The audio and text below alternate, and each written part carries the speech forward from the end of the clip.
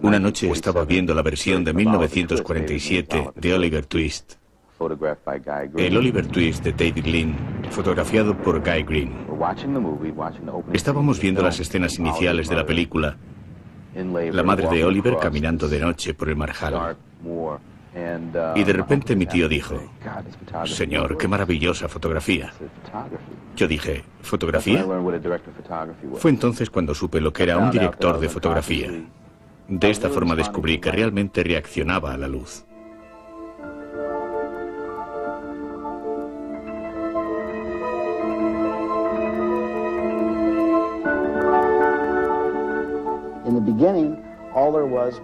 Al principio solo había un hombre con una cámara. No había directores, no había nada.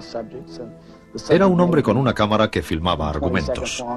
El argumento podía limitarse a 20 segundos de imágenes de un tren dirigiéndose hacia ti, por ejemplo. Después llegaron los actores, porque los cámaras eran básicamente fotógrafos, y no era tarea fácil dirigir a los actores. De manera que uno de los actores se erigía en director de los demás.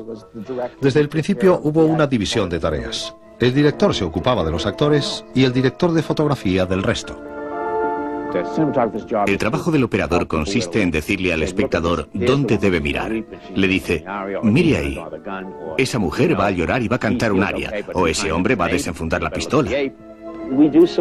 A veces hacemos cosas sin darnos cuenta. Solo nos percatamos cuando vemos la película montada. Es algo que hacemos instintivamente, sin saber exactamente por qué. Pero son imágenes esenciales para la película. No sabría razonarlo, pero ahí están las imágenes. Los buenos operadores captan muy bien el argumento que quieren contar y filman ciertas imágenes esquivas que ayudan a contar la historia. Un buen director de fotografía es aquel que aporta algo esencial a la película. Sus imágenes ayudan a entender el guión, sintonizando con el lenguaje que ha querido emplear el director. Yo pienso visualmente. Se podría eliminar el sonido y aún así saber de qué trata la historia. Es toda una técnica visual. Hay un lenguaje mucho más complejo que el de las palabras.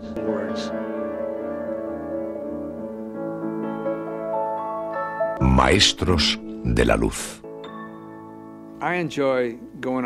Disfruto mucho llegando a un plató completamente a oscuras, encendiendo el primer foco y diciendo: bien, vamos allá.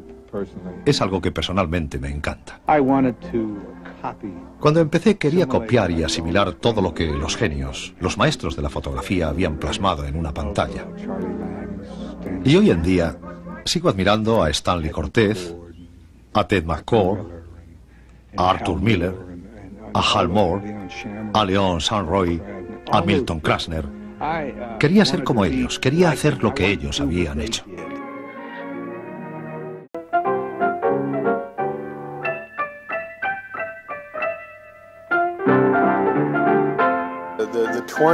La década de los 20 fue la edad de oro del cine, porque la cámara estaba libre de las trabas del sonido,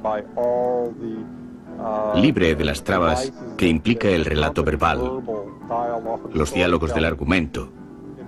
Era esencialmente un medio visual.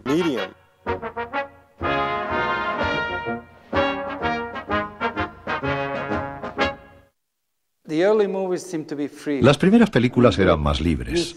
Por ejemplo, las escenas de Las dos tormentas en las que Lillian Gish va saltando de un trozo de hielo a otro. Es prácticamente un documental.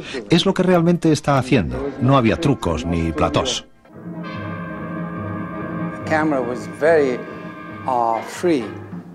Las cámaras eran mucho más pequeñas y el hecho de que no hubiera sonido les permitía filmar libremente con largos travelings.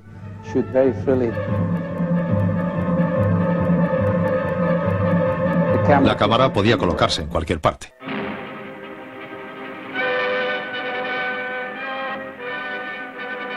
En los años 20, los alemanes tenían la técnica más avanzada.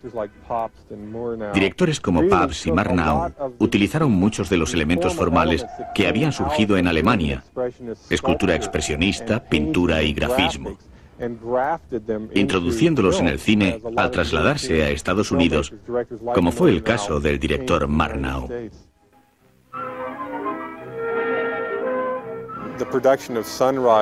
La producción de Amanecer fue determinante en la historia cinematográfica americana.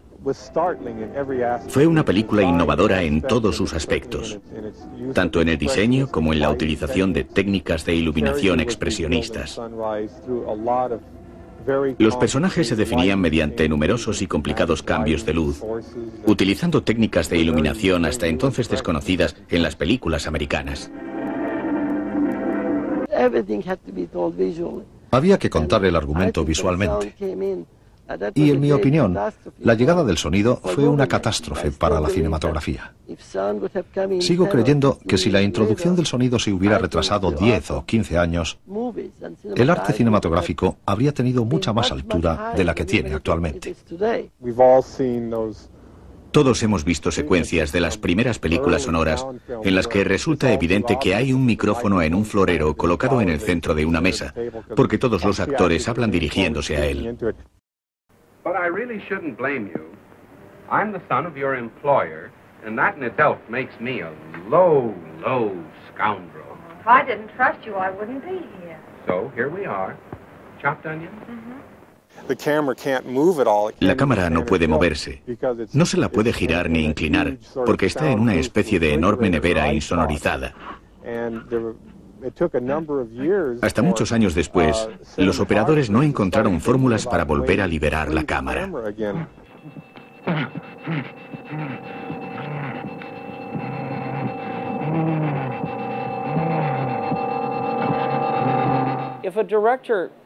Hubo directores como Rubén Mamoulian que luchaban por la movilidad de la cámara, por hacer películas sonoras en las que no se registraba el sonido en cada toma, o que añadían la banda de sonido posteriormente.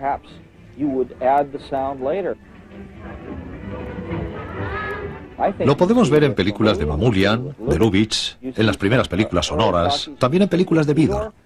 Era gente que se negaba a someterse a las restricciones del sonido convencional. Hacían un buen trabajo y en unas condiciones muy difíciles.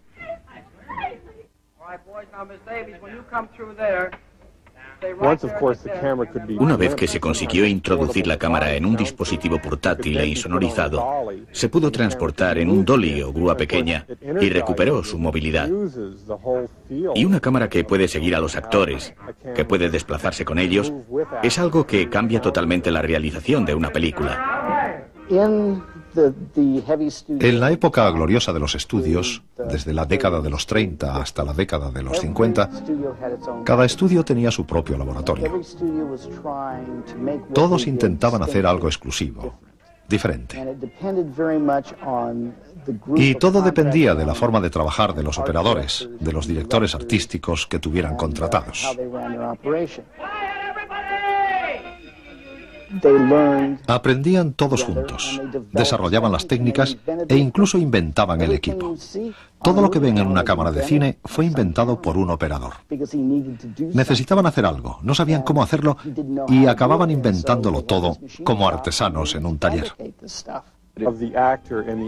El predominio del actor y de la actriz como fuerza motriz de las películas de Hollywood imponía cierto lenguaje consistente básicamente en planos medios, planos cortos, de hombros hacia arriba.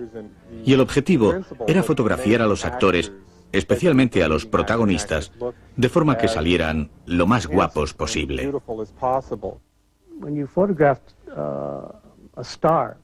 Cuando fotografiabas bien a una estrella, ésta tenía el suficiente poder como para contratarte, o al menos para presionar al estudio, a fin de que te contratara como operador en sus películas. Louis B. Mayer era un hombre muy inteligente. Llamaba al operador y le decía: mira, me da igual que la protagonista sea víctima de una inundación o de un incendio. Eso es lo de menos. Lo que quiero es que salga guapa. Y era lo primero que aprendíamos, porque de eso dependía que te mantuvieras en el puesto. Al operador le decían: pon sombras donde quieras excepto en las caras de los actores. Querían ver las caras. Esa era la norma. La mayor parte de la fotografía de esa época tiene una característica propia. En aquellos años, las grandes divas tenían un gran peso en las producciones e imponían a sus directores de fotografía. Greta Garbo solo aceptaba trabajar con el operador Bill Daniels. After all, when one may not have long to live, why shouldn't one have fancies?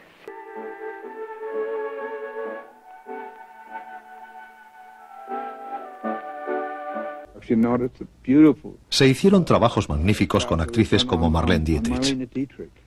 Si el decorado tenía una iluminación de 1100 bujías por metro, a ella se la iluminaba con 1200 o 1250 bujías, de forma que sobresalía entre el resto de los personajes.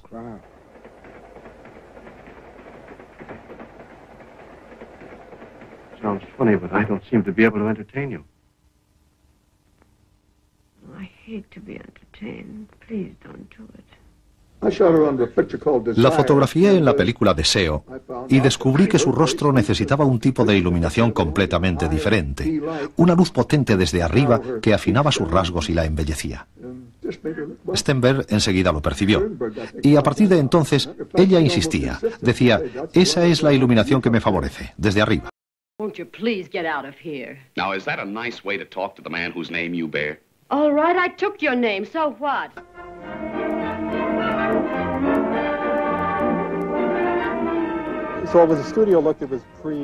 De manera que lo que prevalecía era el estilo del estudio más que el del director de fotografía. Pero estaban surgiendo operadores muy prestigiosos, como George Folsey, como Craig Tolan o Arthur Miller. Gente con una fuerza y un talento que trascendía del estudio para el que trabajaban. Hoy en día, sus películas son fácilmente reconocibles por el modo en que están fotografiadas. Anything, madam?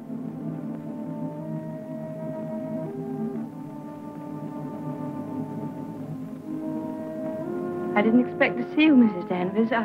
I noticed that the window wasn't closed.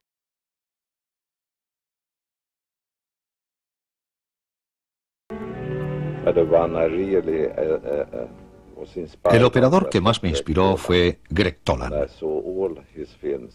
He visto todas sus películas y recuerdo que la primera fue Hombres Intrépidos.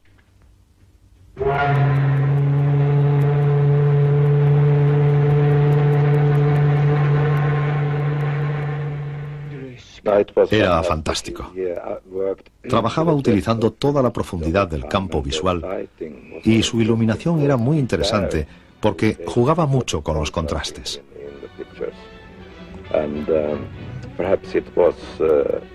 A veces resultaba algo excesivo, pero como operador era fantástico.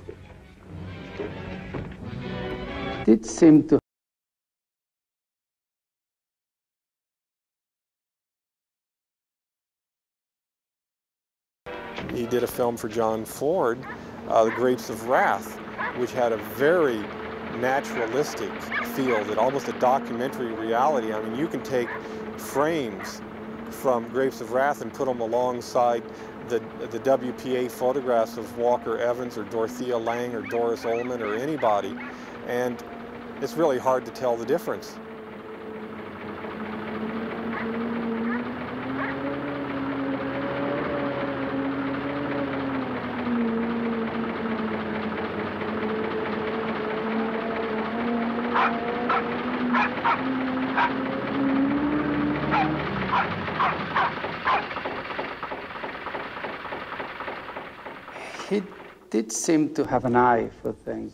Tenía un instinto especial y una mentalidad creativa. Por ejemplo, nosotros, muchos años después, filmamos escenas con una luz de vela o una cerilla, algo que ya había hecho él en Las uvas de la ira. Y no disponía de la tecnología actual.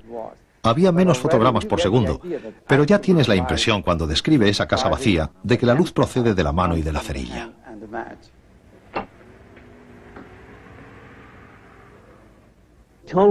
Tolan era un jugador, un auténtico jugador. No le asustaba arriesgarse. Recuerdo cuando estaban rodando Ciudadano Kane. Yo trabajaba en el departamento de trucaje de Shelnick y filmaban allí. Is that really your idea of how to run a newspaper? I don't know how to run a newspaper, Mr. Thatcher. I just try everything I can think of. Trabajó junto a Orson Welles, que era otro jugador. Formaron una formidable pareja en esa película, una gran pareja. Wouldn't you love to have known what films that Welles and Toland screened together and what they enjoyed? And obviously how Welles had seen Toland's work and been impressed with it. The idea that Toland understood all the rules he could break. No public man whom Kane himself did not support. I mean, the film that opens up with a send-up of the March of Time newsreel, and I mean, it is done with such loving detail. I mean, in terms of textures and contrasts and dupes and scratching film intentionally and all this. I mean, what a wonderful time they had to have sitting around there thinking up all of the different things that they were going to do in that film. They must have had a very good... Debió existir una gran confianza mutua, porque un director tiene que compenetrarse muy bien con su operador. Y la contribución de Toland a esa película es asombrosa. Esa profundidad de espacios, la movilidad de la cámara. Hay que ser un director muy especial para tolerar semejantes exigencias a los actores. Requiere una interpretación coreográfica ante la cámara. Con sus enfoques en profundidad, permitía a Orson Welles una gran libertad a la hora de mover a los actores en el plató. Creo que esa fue una importante contribución de Greg Toland a la película. Pull your muffler around your neck, Charles. Kane, I think we shall have to tell him now. En el cine siempre ha existido la dificultad de seguir a un personaje en primer plano y enfocar a otro situado 6 metros por detrás. Greg, durante muchos años, experimentó con nuevas lentes más veloces que le permitían conseguir más luz y al tiempo una mayor profundidad en las tomas. Es una de las peculiaridades que dio ese dinamismo que caracteriza a Ciudadano Kane. Un dinamismo extraordinario para una película de aquella época. In 1948, it played in one of the most popular cinema in Budapest exactly 1 week. And the government just pulled it right after that. The little screening room was packed because we heard Citizen Kane is going to be screened, and which was one of the major events, I think, at that time. And that was the first time I seen Citizen Kane, and I just couldn't believe the magnitude and the magic of filmmaking. And after a while, Citizen Kane was like a textbook for us. It's so sad they never got to collaborate again, and Welles' regard for him is expressed very plainly in the end title card of the film, where Welles shared his title card with Toland.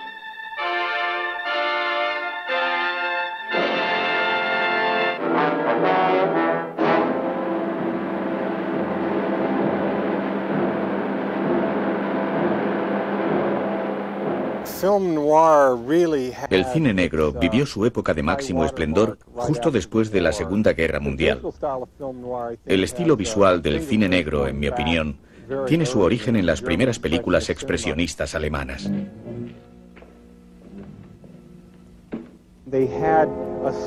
Eran películas con una curiosa sobriedad, una sobriedad visual y estilística. ¿Cuál es el argumento básico? ¿Qué hechos básicos definen a los personajes? ¿Qué información visual básica se requiere para relatar la historia? De esa forma, el cine negro desarrolló un lenguaje visual cada vez más denso y enrarecido, caracterizado por fuentes únicas de luz, sombras profundas, tomas angulares, elementos gráficos muy potentes y al mismo tiempo extremadamente sencillos.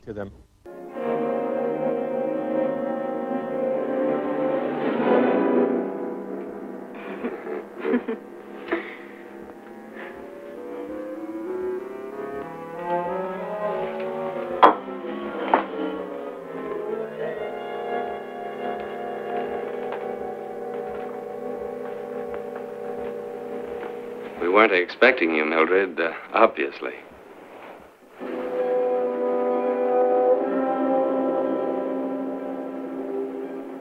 John Alton es uno de los más prestigiosos directores de fotografía del cine negro. Alton, como el resto de operadores de cine negro, no temían la oscuridad.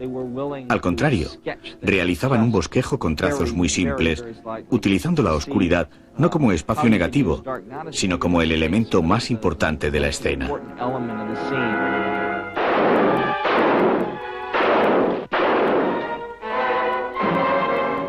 Y es algo que nos ha influido a todos, enseñándonos que las luces más importantes son las que no enciendes.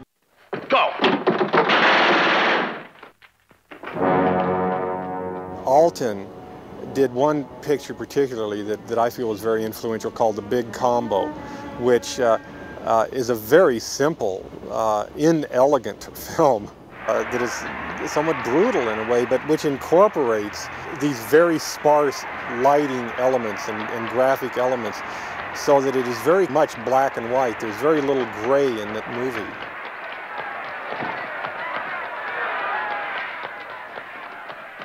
You can take almost any sequence, and certainly the final sequence in the Big Combo, which has as a single light source a searchlight going around this dock side, and ends with a gunfight taking place against that, and the final shot is a silhouette, you know, walking out into sort of a gray dawn.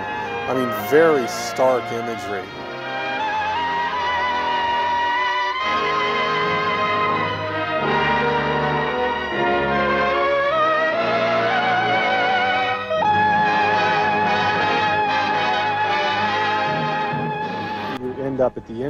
Por ejemplo, en películas del último periodo del cine negro como Sed de Mal, de Orson Welles, aunque tiene un estilo tremendamente barroco y complejo, es básicamente un film de cine negro. Here was Welles, who had caused to be brought to Universal Studios one of these Eclair Camaflex lightweight European cameras. He had a very enthusiastic young operator named Philip Lathrop, and Lathrop got very into hand-holding this and working with Welles on these compositions. And you see some of the scenes and you realize how much hand-holding was done in the film, but it's extremely seamless.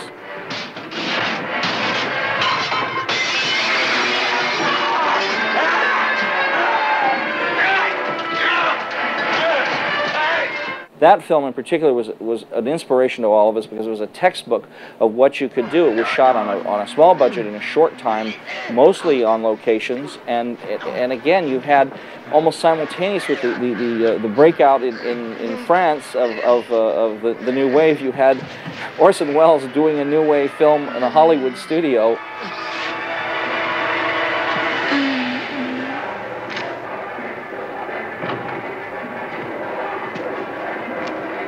And I think it's continued to be an inspiration to a lot of filmmakers.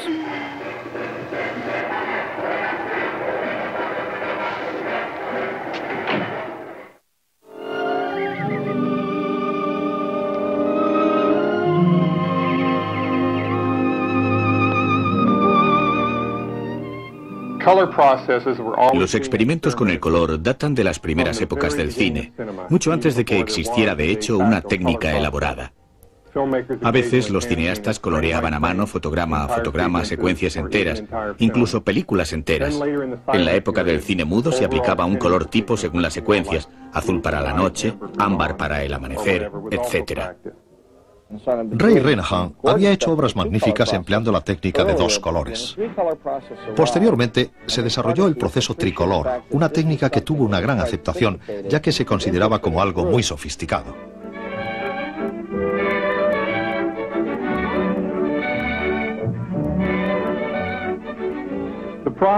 El efecto que causó fue asombroso. Era un coloreado sutil con tonalidades magníficamente matizadas. Tuvo un gran éxito y dio lugar a los grandes logros en la cinematografía de color de finales de los años 30 y principios de los 40.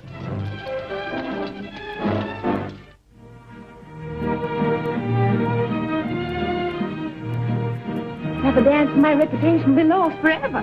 Enough courage you can do without a reputation. Oh, you do talk scandalous. En Lo que el viento se llevó, se empleó por primera vez una nueva emulsión. Una película más rápida, pero había que iluminarlo todo con arcos, por la gran cantidad de luz que necesitábamos. Y era muy duro trabajar en esas condiciones.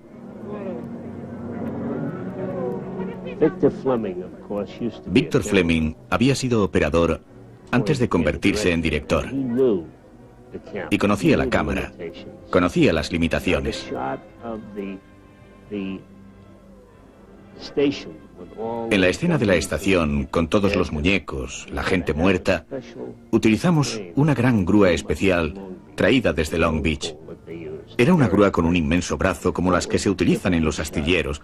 El rodaje fue muy complejo, pero en mi opinión es una de las mejores escenas de la película.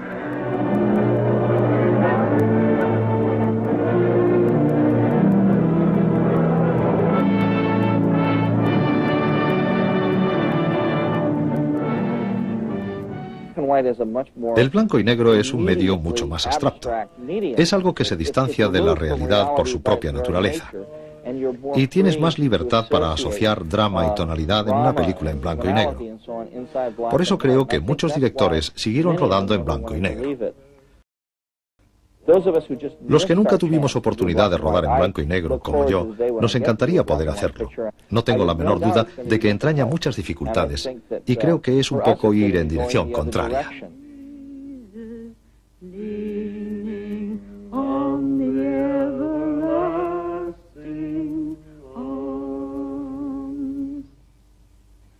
Shame on you, Ruby. Running around the house after that mad dog of a man. Every one of the old-time DPs, like Charlie Clark and Leon Shamroy and Arthur Miller and James Wong Howe, the people I met and knew, they really thought of it as a job and they thought of it as a craft. And when you would talk to them about any kind of art kind of thing, they would never kind of admit to it being art. They would say, oh yeah, we did this interesting effect in the picture, and I did this interesting effect and that interesting effect. When you make a movie, you got to have a screenplay, a story. Well, that story really dictates to what we're going to do, how to shoot it, how to photograph it, how to direct it, how to act it. Everyone is subservient to that. We can go one way or the other to get our own ideas in it, but not get our personalities in it. I'm in trouble, folks. Get these papers while they're hot. Latest paper here. Come on. Keep your sweatshirt on, Sidney. Oh, the latest paper. As a cameraman, I try to keep the mechanics out as much, not to interfere with the scene. And I really try to find the most simple approach in lighting. I don't want my photography really to get in the way of the story, of the acting.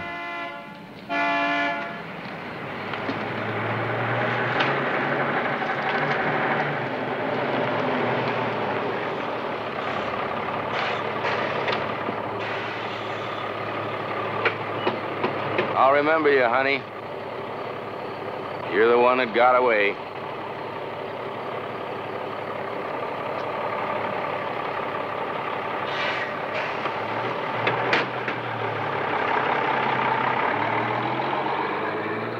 I worked for James Wong Howe as on second unit camera on a picture called Picnic.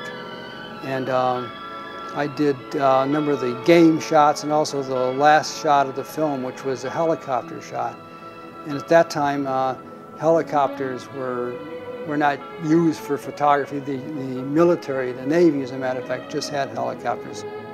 One of the best moments of my life was when the dailies came on, which was about 3 days later. It was CinemaScope at the time. And I was sitting next to Jimmy Howe, and my scene came up, and it was quite spectacular, particularly to an audience who had not seen helicopter shots before. And Jimmy Howe said, oh, he said, very good, very good. And so even now, like when I shoot, when I do a shot that I really like, I say in my ear the way Jimmy Howe said to me, oh, very good, very good. Oh, no, keep room for the cake. The anamorphic aspect ratio was extremely horizontal and rectangular. And films up until that time had been composed in almost a square format. And now with this rather large and sometimes empty anamorphic space, it became confusing what to do with the sides of the screen, how much of it to use. And as you see more and more use of Panavision and CinemaScope in the late 50s and early 60s, you start to feel the breadth, the width of the frame being exploited in a very exciting way. So really, when you get to films like Lawrence of Arabia, you have the same kind of excitement and dynamic energy inside this very wide frame that you had in the more square screen of the 40s.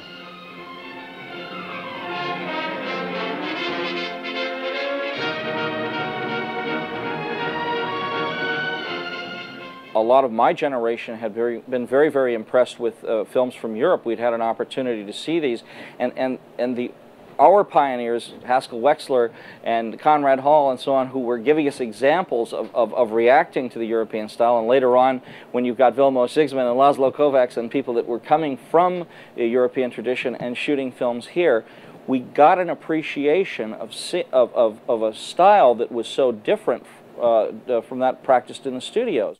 Las películas de la Nouvelle Vague francesa son las que más me han influido.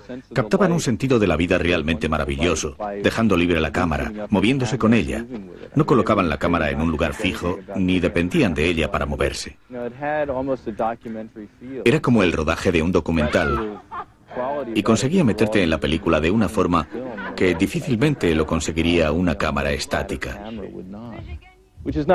No digo que fuera una innovación, porque en la película Napoleón, realizada por Abel Gance en 1926, ya están presentes todas las ideas que uno pueda concebir, incluso hoy en día, con Steadicams y demás. Gance colgaba la cámara de una cuerda balanceándola, utilizaba dollies y grúas y hacía todo tipo de efectos especiales en aquella época. Los operadores están continuamente inventando y experimentando nuevas técnicas cinematográficas. I think that there was an evolution, and I think if a lot of these guys had been younger, that they would have probably shown us a lot of very interesting stuff. I'll give you a very good example of what you're calling the new style in the 60s. This Robert Surtees. I mean, he did, what's the wedding picture with Dustin Hoffman? The Graduate. Right. I remember reading all these reviews. They're going fresh, innovative, exciting, cinematography, blah, blah, blah, new, blah, blah, photographed by a 65-year-old man. Because you have new tools, the kind of person who is a cinematographer is always pushing. You always want to explore. You always want to get yourself into trouble and see how well you can fight your way out of it.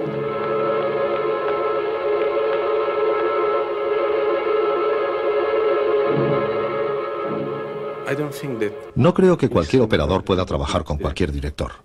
Realizas una especie de selección magnética con tu forma de trabajar, al igual que llevas una trayectoria propia. Y descubres que puedes conocer a otras personas que van en esa misma dirección. Conoces a amigos que realizan ese trayecto, personas que pueden ser tu guía durante una parte del recorrido. Creo que Bertolucci fue un guía para mí, uno de los más importantes. Comparábamos nuestras opiniones sobre los grandes maestros de la industria cinematográfica americana. Para Bertolucci, el número uno era Orson Welles, y para mí el mejor era Greg Toland.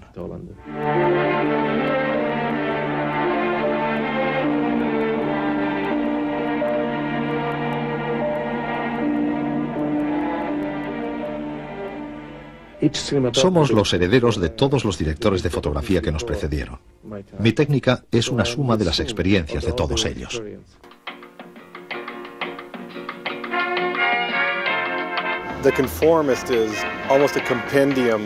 El conformista es un compendio de todo el lenguaje cinematográfico.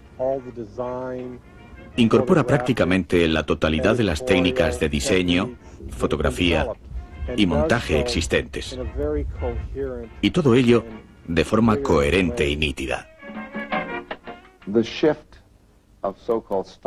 El cambio de estilo y de técnicas cinematográficas que tuvo lugar en la época de Connie Hall, Haskell Wexler, Vilmos Zsigmond, Laszlo Kovacs, Gordon Willis y yo, fue motivado por los directores.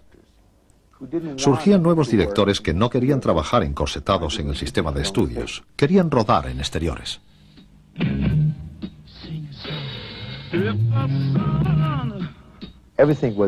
En aquella época todo era muy divertido, muy enloquecido, porque teníamos que rodar las películas muy deprisa.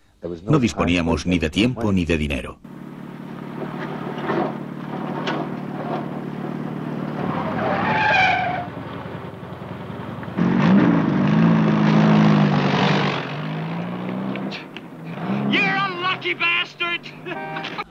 No creo que existiera la opción color blanco y negro. Ese año se estaban rodando unas 112 películas en blanco y negro. La elección era fácil. Lo más duro era rodarlo en pantalla grande. say, pass me a match. Up in, boys. Where you going? Come on, get in. Y nos pareció el formato ideal para exhibir este material.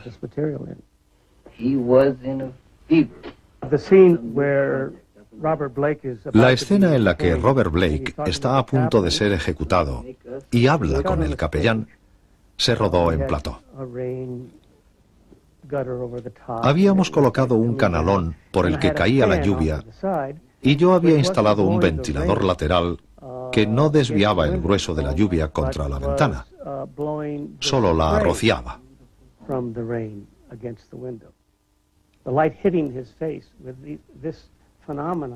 La luz que le iluminaba captó en su cara el reflejo de la ventana, salpicada por la lluvia, una sola vez. Hablé con Richard y le dije, Richard, mira su cara. ¿Entiendes lo que quiero decir? Hicimos otra toma y se podía ver el agua cayendo, deslizándose. Él estaba hablando de su padre. Es todo muy triste. Pronto morirá ahorcado. Pero su interpretación es muy seca, nada emotiva. El elemento visual estaba llorando por él.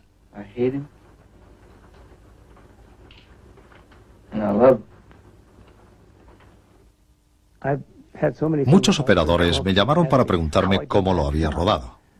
Yo no lo había planeado, Richard tampoco. No hubo nada preconcebido. Fue puramente un accidente visual. Creo que podía más mi temor a no trabajar al estilo de Hollywood que mi arrogancia o mi convicción de que mi trabajo podría ser innovador. Así que intenté de algún modo combinar las dos tendencias. So anyway, I married the SOB. I had it all planned out. First he'd take over the history department. Then when Daddy retired, he'd take over the whole college, you know? That was the way it was supposed to be. Getting angry, baby, huh? Las películas estaban desbordando el sistema hollywoodense. Recibías la influencia de la costa este, la influencia de los mercados extranjeros. Había directores como Roman Polanski,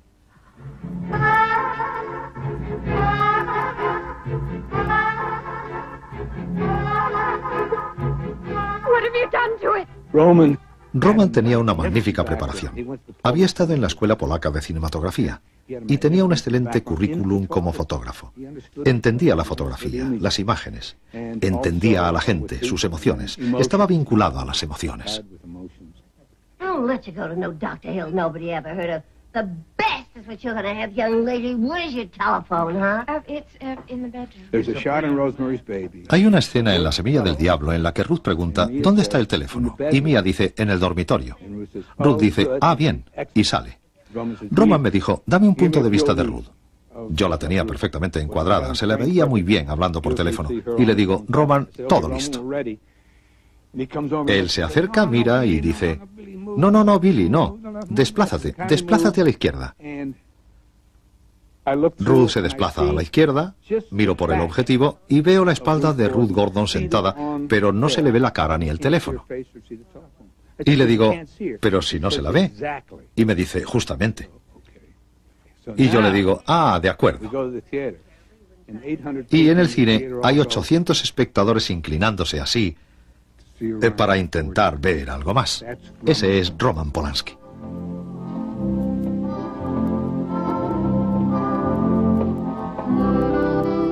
Nueva York tenía un estilo propio que yo llamaba estilo callejero. Era especial porque no tenía los talleres, el laboratorio, el equipo que teníamos en Hollywood, y desarrolló su propio estilo. No creían en la difusión, no creían en los métodos empleados por Hollywood a la hora de rodar una película de gran magnitud.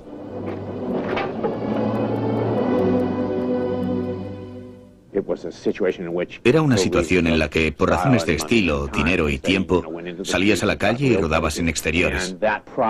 Creo que fue el comienzo de lo que hoy en día se llama look neoyorquino.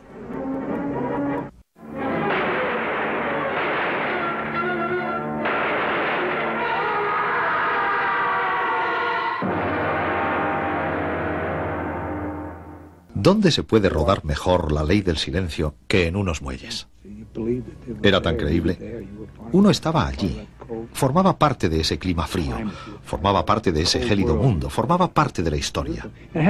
Tenía unas sombras maravillosas. Puede que la gente no se diera cuenta, pero había mucho negro, rodajes nocturnos, sombras. Era una oscuridad de gran calidad.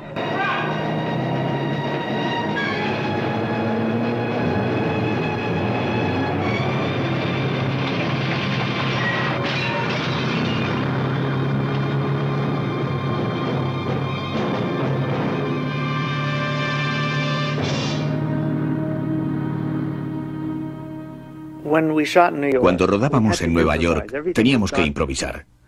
Todo se hacía con lo que tenías más a mano, con lo que encontrabas en la calle. Era muy duro, estaba siempre en las calles.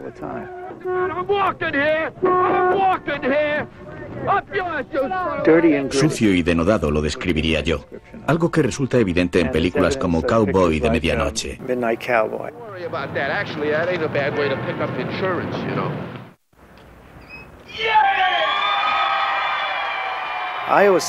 Yo diría que Tarde de Perros se rodó con mucha energía. Cada escena, desde cada punto de vista, tenía energía. Empezando por los actores, la cámara y su movimiento. Cuando empezamos el rodaje, vimos que irremediablemente debería ser un semidocumental. Tenía que ser real. El público tenía que creer no que era una historia que había ocurrido, sino que era una historia que estaba ocurriendo en ese momento. Y creo que conseguimos nuestro objetivo.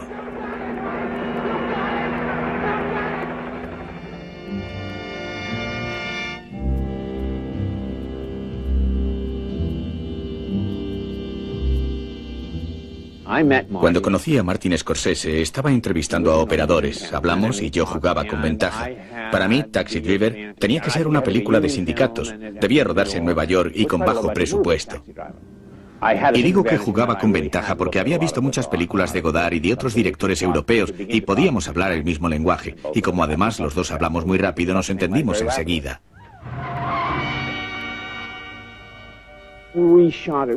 Resultó un rodaje bastante económico. Marty sabía cómo ahorrar tomas, rodando escenas lo suficientemente fuertes para narrar la historia, con tomas de dolly y demás. Se ajustaba muy bien al guión. El guión de Schroeder era extraordinariamente visual a la hora de rodar. Hay muchos elementos ahí en el guión de Schroeder que te ayudan a saber lo que tienes que mirar, como las tomas desde arriba y el final de la película, que figuraban tal cual en el guión.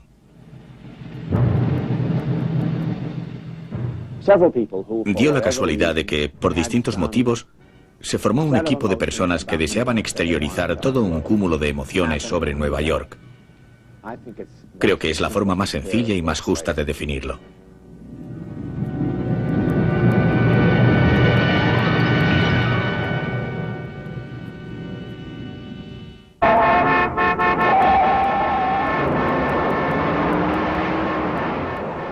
Me contrataron para realizar la fotografía de French Connection.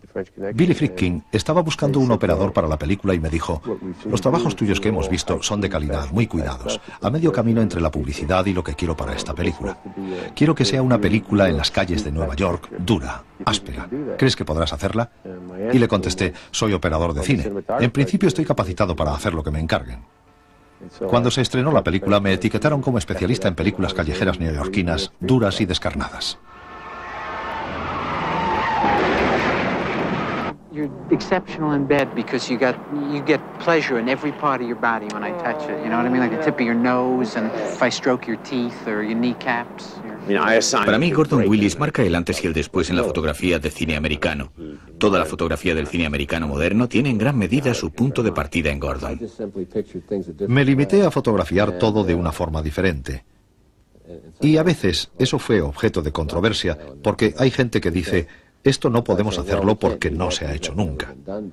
Yo nunca lo hice por afán innovador, lo hice sencillamente porque me gustaba.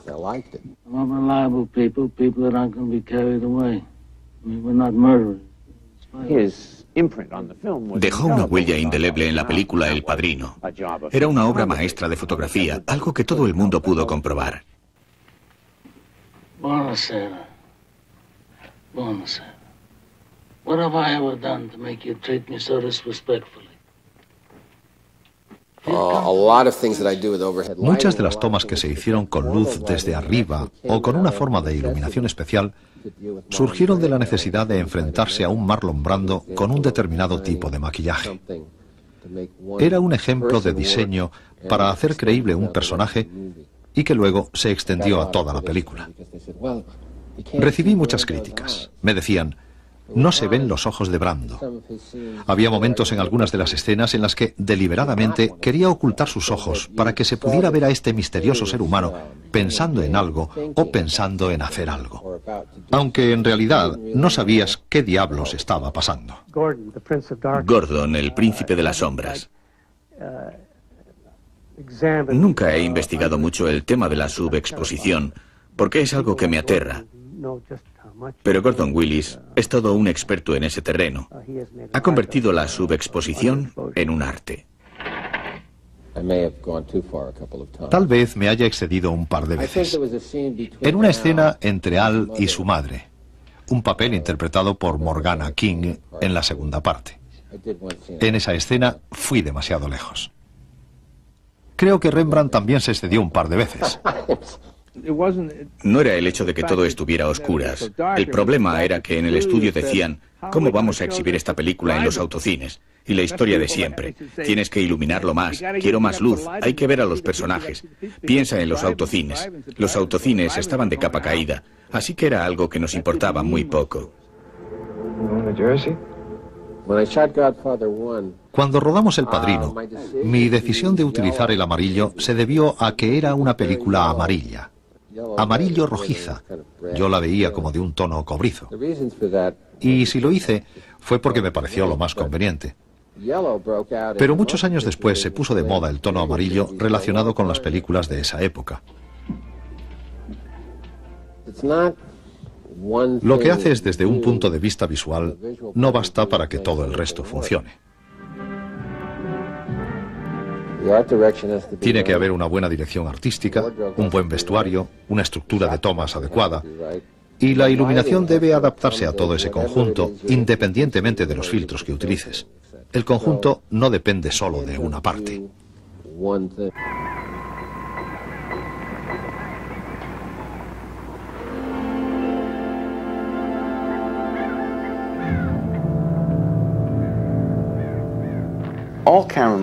A lo largo de la historia del cine, los operadores siempre han asumido riesgos. Los de mi generación, probablemente en mayor medida, porque teníamos mejores equipos a nuestra disposición. Teníamos mejores lentes, más precisas y de mayor nitidez. Podías colocar la cámara en lugares hasta entonces inimaginables.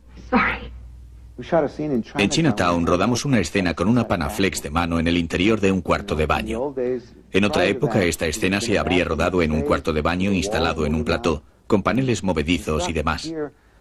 Pero aquí Polanski consiguió una interpretación íntima y espontánea de sus actores porque la cámara estaba ahí dentro con ellos. What about it? What? Something black in the green part of your eye. Oh, that. It's flaw in the iris. Era un riesgo desde el punto de vista fotográfico. Al iluminar la escena así piensas: estoy iluminando una película de primer orden como si se tratara de un documental.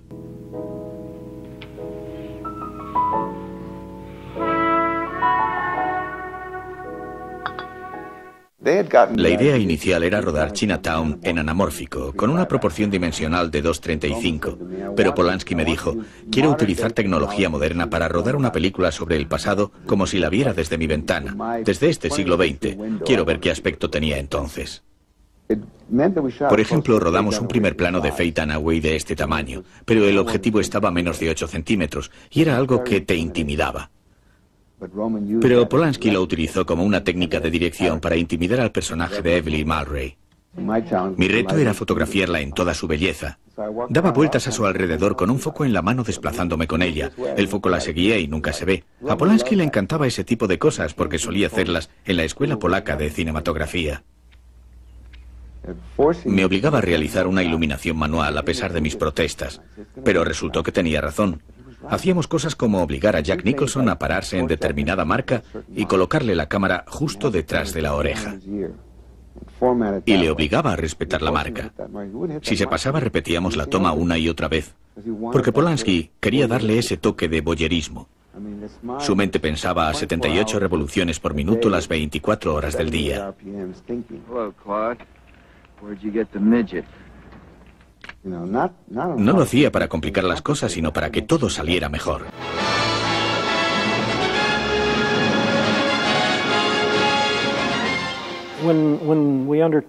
Cuando preparábamos el rodaje de Tiburón, estábamos en los estudios Universal, a unos 4.800 kilómetros del lugar donde pensábamos filmar, intentando decidir qué clase de equipo llevar y la forma de emplearlo.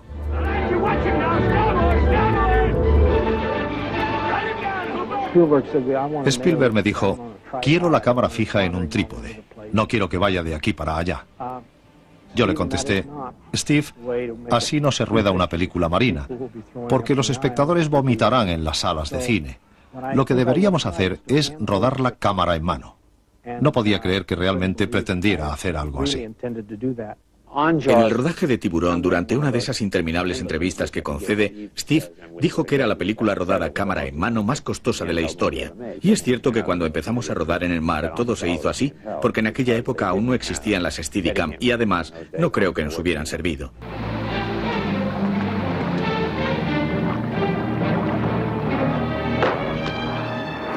Creo que fue un espléndido trabajo de cámara. Si se fijan, casi todo fue rodado cámara en mano y se preguntarán cómo conseguimos hacerlo. Yo me siento muy orgulloso. Fue una especie de hazaña como ganar la triple corona. A los operadores les gusta hacer comparaciones con el béisbol. Siempre que podíamos, manteníamos la cámara al nivel del agua. No es algo que se perciba de inmediato, pero con el tiempo notas que se han hecho las tomas bajo el agua y el hecho de mantener la cámara como integrada en el agua da a la película una ambientación, una sensación especial que no hubiéramos conseguido utilizando otros métodos.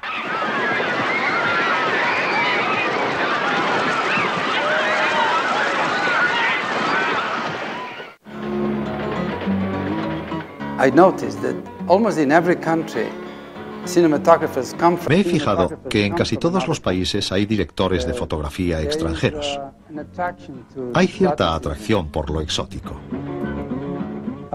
Un extranjero, ya sea europeo o de cualquier otro lugar, ve el país con una mirada más fresca y tal vez distinga mejor, sepa ver mejor los aspectos interesantes de un país que no es el suyo.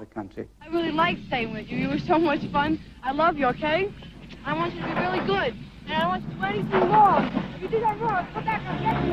All right? I love you, but don't touch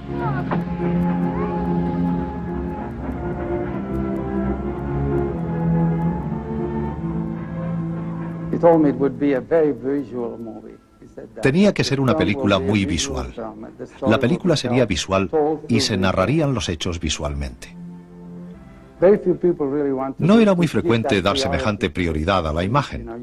Normalmente los directores dan prioridad a los actores y al guión, pero aquí la historia se narraba a través de las imágenes.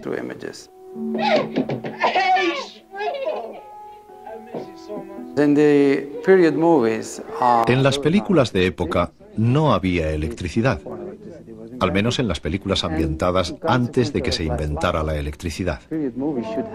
Y, consecuentemente, había menos luz. Yo creo que en este tipo de películas, la luz debe entrar por las ventanas. Así es como vivía la gente.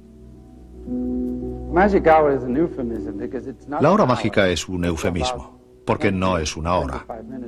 Dura unos 20 o 25 minutos máximo. Es el momento en el que se oculta el sol. Y cuando el sol desaparece, antes de que se haga de noche, el cielo está iluminado, aunque no haya sol, y es una luz muy suave. Tiene algo de magia. Eso nos limitaba el tiempo de rodaje a 20 minutos utilizables al día, pero en la pantalla quedaba compensado. Le daba un aspecto mágico, una gran belleza, un toque romántico, algo que solo se podía conseguir con fotografía en color. Rodamos Días del Cielo en 1976, aunque no se estrenó hasta el 78 o el 79, pero la rodamos en el 76. El material no era tan sensible como el que existe actualmente. Hoy puedes rodar con una lámpara de queroseno que consuma realmente queroseno. En aquella época teníamos que introducir una bombilla eléctrica en los faroles. Pero lo importante es que realmente la luz procedía de esos faroles. Creo que fue una innovación.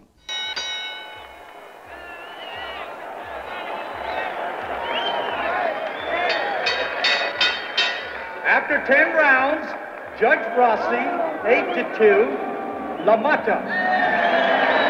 Judge Murphy, 7-3, La Mata. Para hacer Toro Salvaje me basé fundamentalmente en fotografías de la revista Life, esas enormes fotos de los años 40 y más particularmente los desplegables. Así es como recuerda los combates la gente de la generación de Scorsese y la de mi generación. Los recordamos como inmensas fotos en la revista Life. Estábamos en plan exhibicionista. Girábamos 360 grados hacia aquí cuando él iba hacia allá. Empezamos con 24 fotogramas por segundo, pasamos a 48 y volvimos de nuevo a 24. Y cuando se dirige al rincón otra vez a 48 fotogramas, y todo en la misma toma.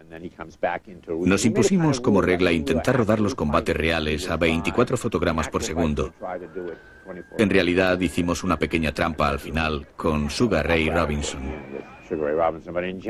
Pero en general intentamos que en el tiempo de combate real se rodara a 24 fotogramas y mantener fija la cámara. Hacer como una pausa cuando está en el rincón o en este caso cuando no está peleando, sino jadeando contra las cuerdas. Y cuando vuelve al tiempo de pelea real, rodábamos de nuevo a 24 fotogramas.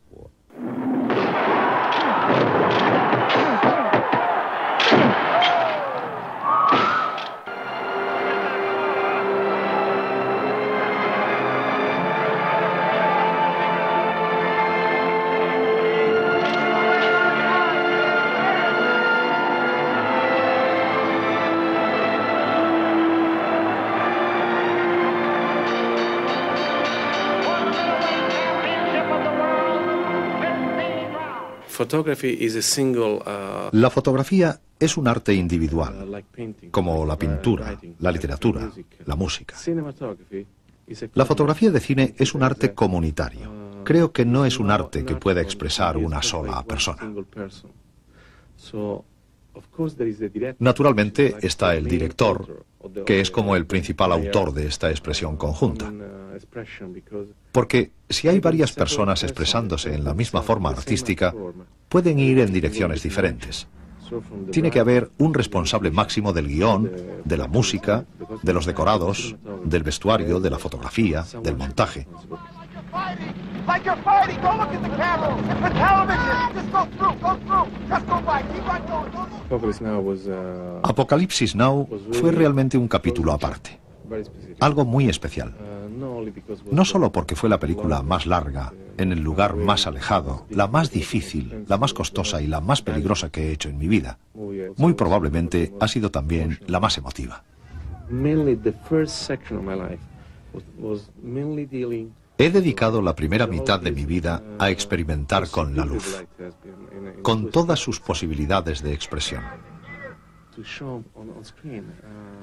En la pantalla se muestra la increíble fuente de luz del inmenso generador, de los grandes focos iluminando la jungla.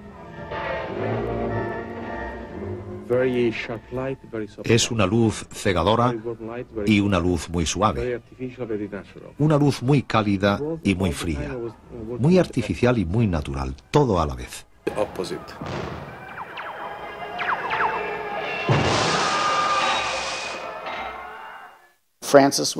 Coppola estaba rodando Apocalipsis Now en Filipinas y me llamó para que me hiciera cargo de la fotografía de la segunda unidad.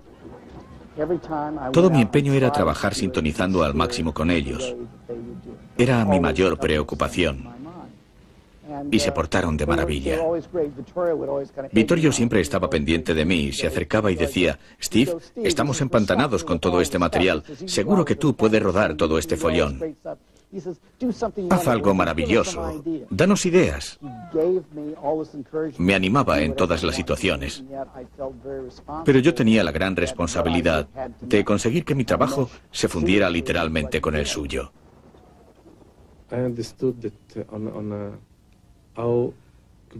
Comprendí lo importante que es viajar, ir a otro país, utilizar otra lengua, utilizar otra industria e intercambiar energías.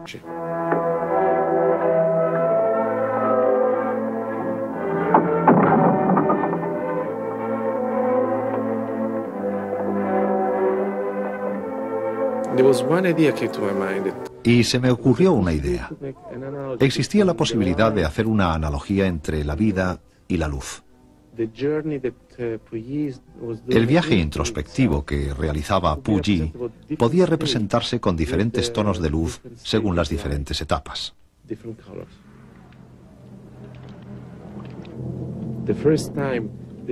Cuando se corta sus propias venas, ve por primera vez el rojo. El rojo es el color del principio, nuestro color al nacer. Él estaba naciendo al ver la sangre, estaba recordando que había nacido emperador.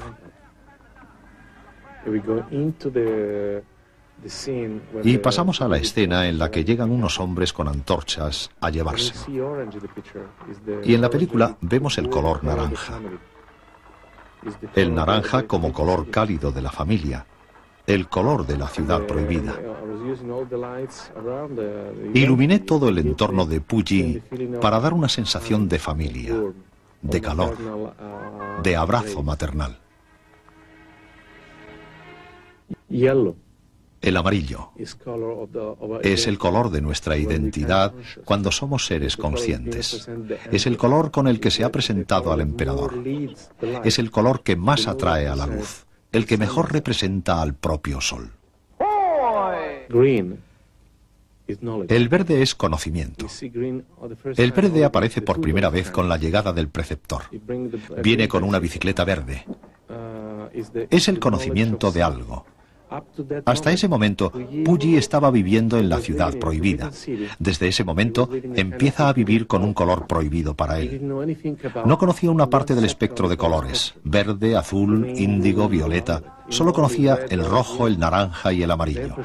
El emperador no debe conocerlo todo, solo debe conocer una parte, porque el conocimiento puede dañarle.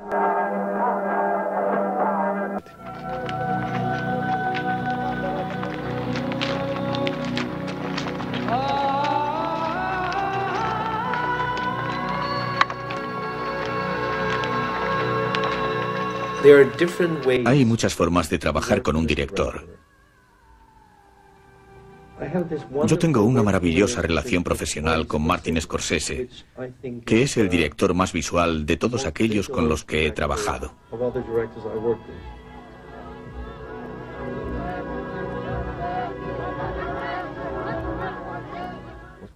Cuando empezamos una película, sabe lo que quiere, la tiene en la cabeza. Cuando trabajas con Scorsese, te da una lista de tomas. Es fundamentalmente para determinar el ritmo de una escena, de lo que quiere. Y describe la toma, por ejemplo, primer plano o seguimiento. Y cuando se trata de algo más complicado, o me hace un dibujo de lo que quiere, o toma como referencia otra película. Me dice, ¿por qué no miras tal escena en tal o cual película? Es lo que me gustaría hacer aquí.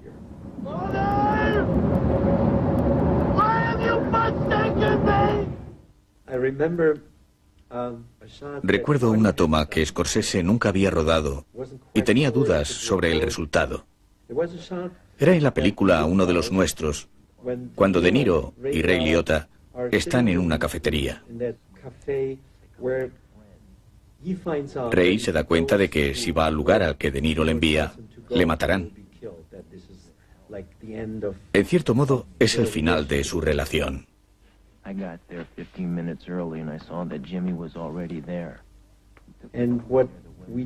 Lo que hicimos fue desplazar la cámara hacia atrás, pero sin cambiar para nada el encuadre. Empezamos con 2 tomas, la cámara se aleja y luego hacemos un zoom, pero el trasfondo cambia por completo. Y resulta muy interesante, porque te sugiere una historia. Empiezas a pensar, ¿qué pasa? Aquí está cambiando algo, pero ellos siguen ahí sentados hablando. Lo que cambia es el mundo a su alrededor. Fue algo que me gustó y a Scorsese le encantó.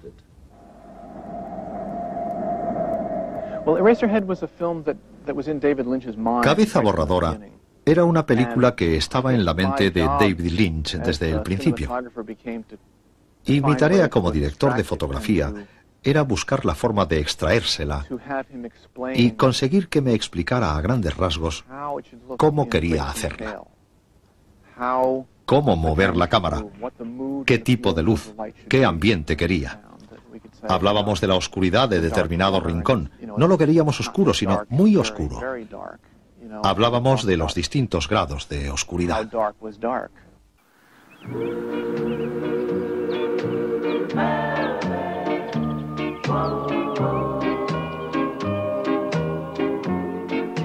She wore blue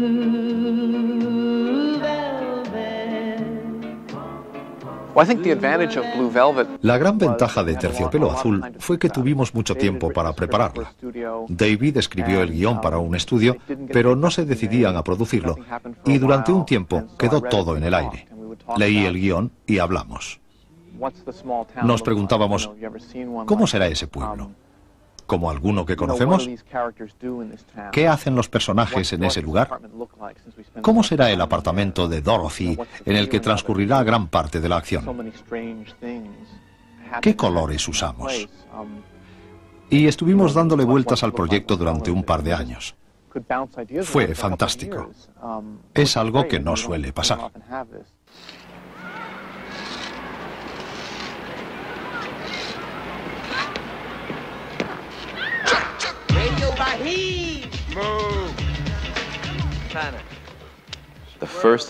Lo primero que me dijo Spike respecto a Haz lo que debas fue: la película transcurre en el día más caluroso del verano. ¿Cómo conseguir que el público perciba el calor? Y siendo realistas, nos parecía muy difícil conseguirlo. Pero disponíamos de toda una manzana en Brooklyn que sería nuestro estudio.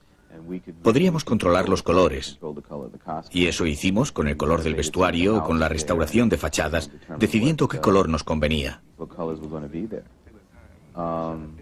Es como fabricar la realidad, darle la altura necesaria para conseguir cierta reacción del público. En esa película, por primera vez, pude permitirme el lujo de esperar a la luz. Pasamos mucho tiempo planificando el rodaje de las escenas en determinados momentos del día, porque la película transcurre en un día en una calle de una manzana en la que los cambios de luz van a resultar obvios.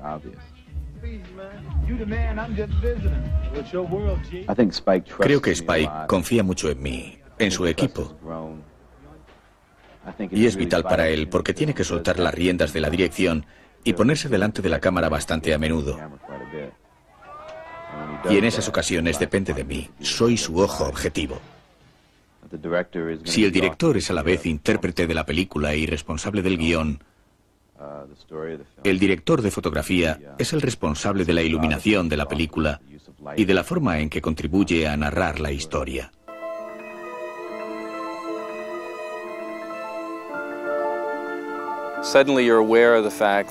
De repente te das cuenta de que las cosas no son exactamente lo que parecen. En otras palabras, creas una representación. Y muchas veces esa representación es más emotiva que real. A menudo nos piden que imitemos a otros. Es muy desconcertante que te digan, imita por completo tal película. Todos aprendemos de otras películas y tratamos de emular a los grandes directores de fotografía. Pero los operadores que realmente hacen algo diferente en cada película es gente asombrosa. Con la tecnología cinematográfica actual, nos encontramos en un precipicio, a punto de dar el salto hacia un futuro desconocido, pero probablemente muy atractivo, como ocurría en los años 50, cuando el CinemaScope, el Tecnorama, todos aquellos formatos dieron un vuelco total a la industria. Ahora nosotros tenemos esa oportunidad. Alguien dijo una vez que la iluminación o el look de una película hace que las pausas sean tan elocuentes como el diálogo. Que hay momentos en una película que te emocionan por lo que se muestra visualmente, cómo está o no está iluminado un personaje. Si consigues introducir algo visualmente en la mente del espectador, recordará las imágenes tanto como los diálogos.